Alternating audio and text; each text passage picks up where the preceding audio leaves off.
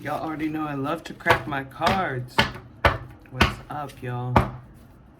Welcome back to Seven Heaven. I'm Caress. And y'all, I'm sure you already know about Maduro. He's born November 23rd, 1962. The president of Venezuela. He was captured on January 3rd, 2025, him and his wife. Now, backstory on Venezuela, y'all. The easiest breakdown I can think to give is that they're, natural resource-wise, they're one of the richest countries in the world because of their proven oil reserves, okay, y'all? So basically, they have some of the most oil. I mean, it's in the trillions. How much value is there? But all of this gets used by major oil companies, so this money goes to rich, the elite people at the top percent. And the people of Venezuela tend to kind of go without, okay? So in the 70s, they were selling a lot of oil and they took out a lot of loans because they thought they'd always have the oil money to cover the loans. But in the 80s, whenever demand for oil fell, then they were just left with all that debt because the country's primary revenue was just the oil. Okay, y'all, so that's my little lesson, but this is going to be a divination. Okay, interesting.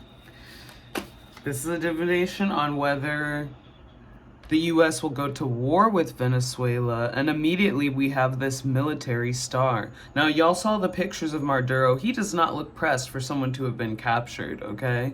So I think it's interesting that, and November 23rd, that makes him a sidereal, Sagittarius, or no, a sidereal Scorpio and a tropical Sagittarius. But this is the military star. So that duality of like the world stage, because this is also a celebrity card, but the military. So I think we can expect some involvement. I mean, I would say this is positive in terms of like how one defines war is complex, but are we going to battle for this and like flexing those military funds? I would say immediately with the star, yes. And it's possible, I think it's also possible some sort of deal was struck just because Maduro is not pressed in those photos. And that's kind of how it works on the political level. They make negotiations for different people's freedom, and so, or they'll pardon crimes, okay? And interesting. I definitely think, okay, cowboy, the world, see? And the world is on fire. Yup. It's happening, y'all. It's gonna happen. Head of the military there. People literally in a bunker. They're kissing in that bunker and the world is on fire. Y'all see that? And then we have the cowboy, which of course is a symbol of the West. Now, one of the biggest deals in this whole Venezuela situation is that the U.S. views the Western Hemisphere,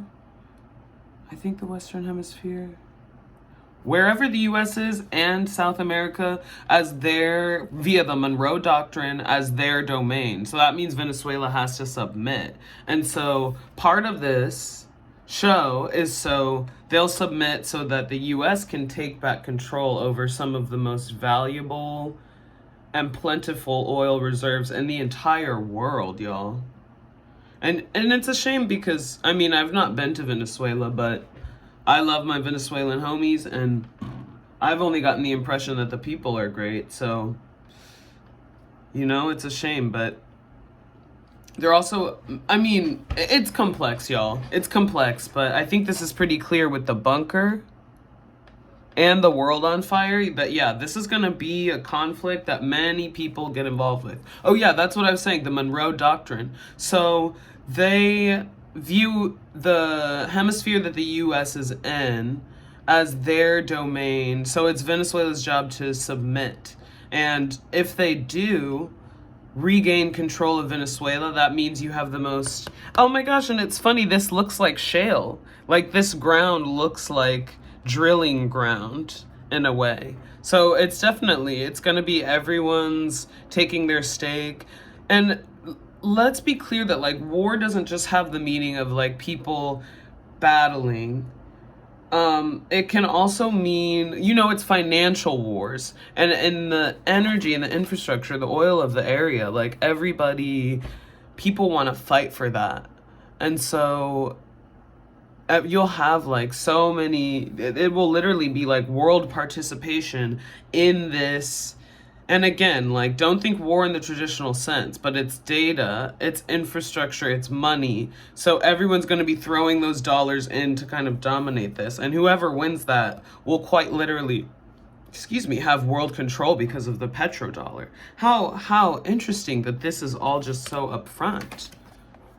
And it's like, it's similar to Manifest Destiny, like, because those people, those like original American Revolution frontier parties just viewed it as our our as the American destiny to kind of just conquer the entire continent. It's that same idea that like, okay, this belongs to the US. And it's funny that the cowboy came out. And he's holding a limb too. Ooh, puberty. He's holding a limb. So, that's pretty clear. That's why I love this deck for these types of readings, because it's so clear. That military star will have the world involvement. Yep. Y'all see the cowboy too. He's on a horse. There could also be an agriculture lean because so many of their people go without. So we'll see where agriculture comes in, but a lot of their people are forced to go without. Like, I think like 70% of the country's in poverty just because all these riches from the oil go elsewhere. So we'll see what else happens there. I mean, what else can you tell us about this? How soon should we expect this to happen? We'll see if we can get timing out of it.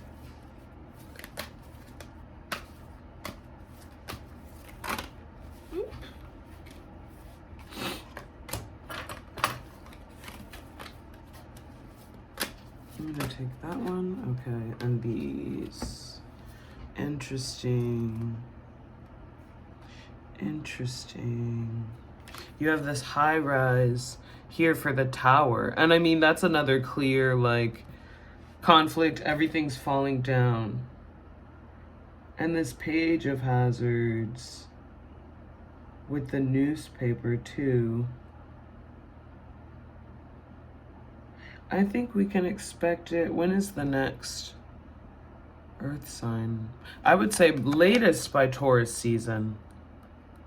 With this page of pentacles, we'll see it develop in Taurus season, and it could even be now because we're still very much in Capricorn season for a while. But I think between January and when's Taurus, late April and May, we'll see the biggest developments there.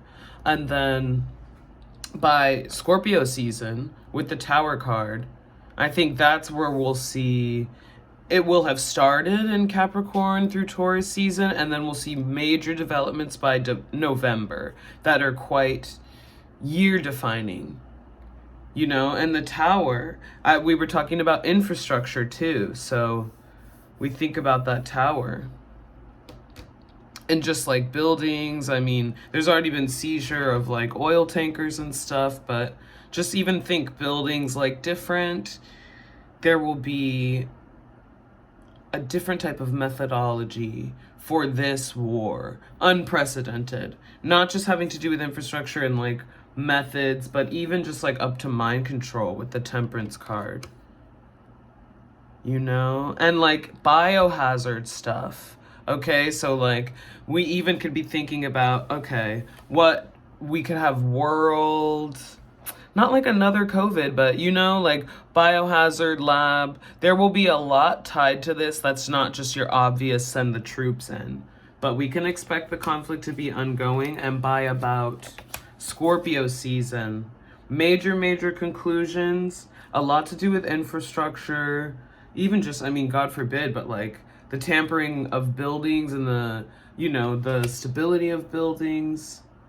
Quickly, y'all, I just wanted to add too that with the tower and the world, it's crazy because he's in New York. So like think of the World Trade and think of just skyscrapers. You know, it's funny that he was brought to New York. I think that's so interesting. But we'll see most of it through Capricorn and Taurus season, the development and the conclusion around November on that world stage, okay? But the military will be involved. Oh my goodness. Well, y'all, I mean, I think that's a good place to leave it for a part 1. Let me know, y'all let me know if we want to do a part 2, but I think that was succinct. I think that was distinct. Concise. Yeah, take care of yourselves, y'all. Thank you so much for watching. Let me know what other readings you want to do. I'm catching up on the requests, and I appreciate each and every one of y'all that enjoys these, and that I love that y'all put your input in the comments, because you catch things that I didn't even think about. And I think it's cool. I mean, I think it's just cool that we get to get on the same subconscious wave to kind of just pick up on the things that are in front of us. So thanks for being a part of the conversation, y'all. And I'll see you next time. Bye.